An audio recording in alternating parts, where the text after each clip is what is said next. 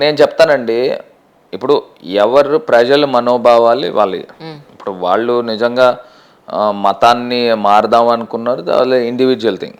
But మీరు ఏదైతే ఆంధ్రప్రదేశ్ ప్రభుత్వం గురించి మీరు ప్రస్తావన తీసుకుని వచ్చారో, I give you a clear మేము ఎంత ప్రోయాక్టివ్ మెజర్స్ తీసుకుంటున్నాము హిందుత్వ పైన, లేకపోతే క్రిస్టియానిటీ పైన, లేకపోతే ఇస్లాం పైన. మాకు అన్ని మతాలు సమానమే, ఏది ఎక్కువ కాదు. ఇప్పుడు మీరు హిందుత్వం నుంచి కన్వర్షన్స్ అని అంటున్నారు కాబట్టి, ఇవాళ మేము తిరుమల తిరుపతి దేవస్థానం మీకు ఐడియా ఉంటే, ఇవాళ ప్రతి టెంపుల్కి, ఈవెన్ మీరు రూరల్ ఏరియాస్లో లేకపోతే ఏజెన్సీ ఏరియాస్ తీసుకోండి, ప్రతి టెంపుల్కి 10 లక్షల రూపాయలు.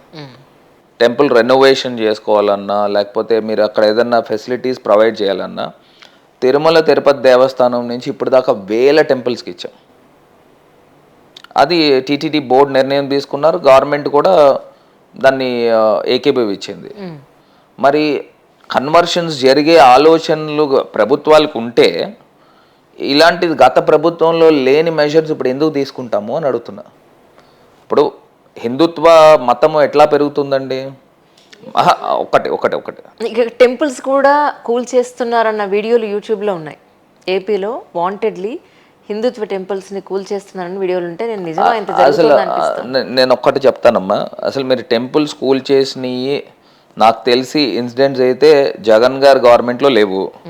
నేనైతే ఒక ఇన్సిడెంట్ తెలుగుదేశం హయాంలో, దట్ బీజేపీ ఎన్డీఏ భాగస్వామి కింద ఉన్నప్పుడు మీకు కృష్ణా పుష్కరాలు జరిగింది, మీకు గుర్తుందో లేదు, 2016 or 17. ఆ టైంలో కృష్ణా నది తీరాన 40 దేవాలయాలు కూల్చేస్తే అప్పుడు బీజేపీ మాట్లాడలేదు, తెలుగుదేశం మాట్లాడలేదు. ఇంకొక ఇంట్రెస్టింగ్ ఫ్యాక్టర్ ఏంటో తెలుసా అండి? ఆ టైంలో బీజేపీ ఎమ్మెల్యే మాణిక్యాలరావు గారు, హీ వాజ్ ఎండోమెంట్స్ మినిస్టర్. మరి దానికి ఏం సమాధానం చెప్తారు చెప్పండి? జగన్ గారు గవర్నమెంట్ వచ్చిన తర్వాత, మా ప్రభుత్వం వచ్చిన తర్వాత, ఆ టెంపుల్స్ అన్నీ కూడా పునరుద్ధరించింది సీఎం జగన్మోహన్ రెడ్డి గారు. మరి హిందుత్వ పైన ఆయనకున్న నమ్మకం అంటే ప్రజల యొక్క మనోభావాల్ని ఎంత అప్లిఫ్ట్ చేస్తున్నారండి మీరు. ఆ కన్వర్షన్స్ ఇప్పుడు ఒక్కొక్కరిది ఒక్కొక్క మతం కావచ్చు, ఐ మీన్ క్రిస్టియన్ కావచ్చు, హిందూ కావచ్చు, ఏదైనా కావచ్చు. ప్రభుత్వం బాధ్యత ఏంటంటే అందరినీ సమానంగా చూడడమే మా బాధ్యత.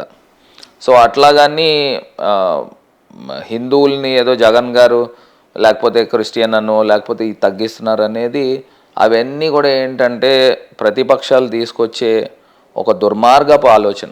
జనరల్గా ఇప్పుడు యూట్యూబ్లో, సోషల్ మీడియాలో ట్రోల్స్, మీమ్సే చాలా ఎక్కువైపోయాయి. ఒక బ్రహ్మానందం గారి మీద ఫన్నీగా ఎన్ని చేస్తారో, పొలిటికల్ వాళ్ళ మీద కూడా ఎక్కడ దొరుకుతుందా ఒక చిన్న లూప్ పోలని తీయడం, ఆ చిన్న బిట్ కట్ చేసుకోవడం, దాని మీద ట్రోల్స్, మీమ్స్ చేయడం, ఇలాంటివి చూసినప్పుడు మీరు దాన్ని ఎలా రిసీవ్ చేసుకుంటారు? ఏముందండి, ఇప్పుడు మన గురించి ఇప్పుడు నన్ను ప్రత్యేకించి టార్గెట్ చేశారు అనుకోండి, నాకు 2 అంశాల గురించి నాకు ఎప్పుడూ అనిపిస్తుంది. అంటే నేను ఎప్పుడో పార్లమెంట్లో జనరల్గా అందరూ ఫొటోస్ తీసుకుంటారు పార్లమెంట్లో. సో నా ఫోటో కూడా తీస్తే పార్లమెంట్లో ఈయన పంపించింది ఏదో ఉద్ధరించడానికి ఈయన ఫోటోలు దిగుతున్నాడు, జనరల్ కామన్ అది. ఇంకొక అంశం ఏంటంటే, నేను మై విజన్ అండి, నేను ఎంపీ అయిన కొత్తలో నేను చెప్పేవాడిని, నేను రాజమండ్రి రోడ్ని ఫారెన్ కంట్రీ రోడ్స్లో తయారు చేస్తానని చెప్పాను. అప్పుడు వాళ్ళు చాలామంది ట్రాల్స్ చేసేవాళ్ళు ఏంటంటే, కొన్ని రోడ్లు చూపించి ఏం బాబు ఇయేనా ఫారెన్ కంట్రీ రోడ్లు అని చెప్పారు. నేను ఇవాళ అవి పెట్టండి, కొన్ని రోడ్స్ నేను చూపిస్తాను. వై జంక్షన్ దగ్గర నుంచి సెంట్రల్ జైల్ రోడ్, అది ఫారెన్ కంట్రీ రోడ్లో ఉంటుంది. One of the developed countries రోడ్లో ఉంటాయి. హ్యాపీ స్ట్రీట్ రోడ్ ఉంటుంది. Y junction, I mean Pushkar ghat దగ్గర నుంచి దేవీ చౌక్ దాకా, అది కూడా డెవలప్డ్ కంట్రీస్ రోడ్స్లో ఉంటాయి. అంటే ఆ రోడ్స్ని పేవర్ బ్లాకింగ్ చేసి రెయిన్ వాటర్ పర్క్యులేట్ అయ్యే విధంగా, అంటే పీల్చుకునే విధంగా పేవర్స్ చేసి వైడెన్ చేసి ఎండ్ టు ఎండ్ రోడ్స్ చేసాం. దాంట్లో మనం వింటేజ్ లుక్ లైటింగ్ ఇప్పించాం. సెంటర్ డివైడర్స్ తీసుకొచ్చి గ్రనైట్ క్లాడింగ్ చేసి మధ్యలో ఎవెన్యూ ప్లాంటేషన్, ఆక్సిజన్ ఎక్కువ రిలీజ్ చేసే ప్లాంటేషన్ పెట్టాం. సో ఇవన్నీ కూడా డెవలప్ చేస్తూ ఉన్నాం. కానీ ఒకే రోజులో చేయడం కష్టం కదా. ఇప్పుడు ఫస్ట్ 5 ఏళ్ళు మనం చూసుకున్నట్టయితే ఒకటి ప్లానింగ్ చేయాలి, దాన్ని ఇంప్లిమెంట్ చేయడానికి ఒక ప్రయత్నం మొదలు పెడితే ఎన్నో ఆటంకాలు వస్తాయి. వర్క్ నడవడం ఇంట్లోనే మనం ఒక చిన్న పని మొదలు పెడితే ఎన్నేళ్ళు పడుతుందో మనం చూస్తూ ఉంటాం. సో దానికి డెఫినెట్గా ఇంకొంత టైం ఇచ్చి అవ్వకపోతే మనం అప్పుడు పాయింట్అవుట్ చేయాలేమో. ఐ థింక్ అదే అని అంటున్నా. ఇప్పుడు that was my vision when I became MP. ఇవాళ నేను అది ఆచరణ సాధ్యంలో చూపిస్తా ఉన్నా. సో మరి దానికి ఏం సమాధానం చెప్తారు అంటే, నారో మైండెడ్ పీపుల్కి ఇట్లానే ఈ పనే ఉంటుంది కాబట్టి వాళ్ళు చేస్తూ ఉంటారు.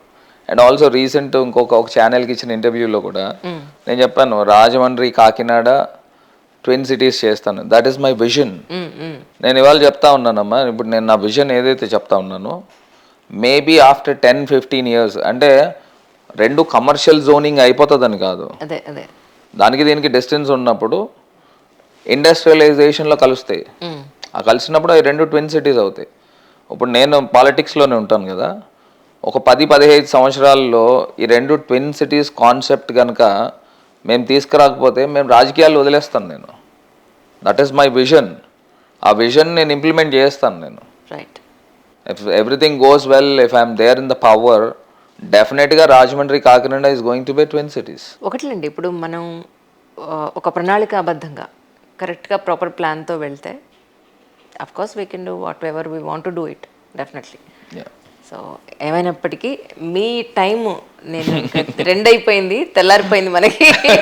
అవునా? సో నేను ఇంకా మీ టైం అయితే తీసుకోను. But really thank you so much for your time once again. మీరు నిజంగానే అంటే నేను కళ్ళారా చూశాను కాబట్టి నేను చెప్పగలుగుతున్నాను. డెఫినెట్గా మీరు ఇంత టైం ఇచ్చి మీ కాన్స్టిట్యున్సీకి ఎంత తిరుగుతున్నారు, మీరు పడ్డ కష్టానికి ప్రజలు మిమ్మల్ని నమ్మి మీకు ఓటు వేసి మిమ్మల్ని గెలిపించి మీరు అనుకున్నట్టుగా రాజమండ్రిని మీరు డెవలప్ చేస్తారని మనస్ఫూర్తిగా ఆశిస్తూ సెలవు తీసుకుంటున్నాను. థ్యాంక్ యూ అమ్మా. Thank you so much. నేను జనరల్గా కష్టపడ్డానని ఫీల్ అవ్వట్లేదు. ఆ కష్టం నేను ఇష్టపడుతున్నాను కాబట్టి నా ప్రజల గురించి నేను ఇంకా ఎన్నో అద్భుతాలు చేయాలని నేను దేవుణ్ణి ప్రార్థిస్తున్నాను. అదే రకంగా కష్టపడతాను, ఇష్టపడతాను. Thank you sir, thank you so much. Hello అండి, నేను మీ MP Margani Bharat. Please subscribe to Signature studio.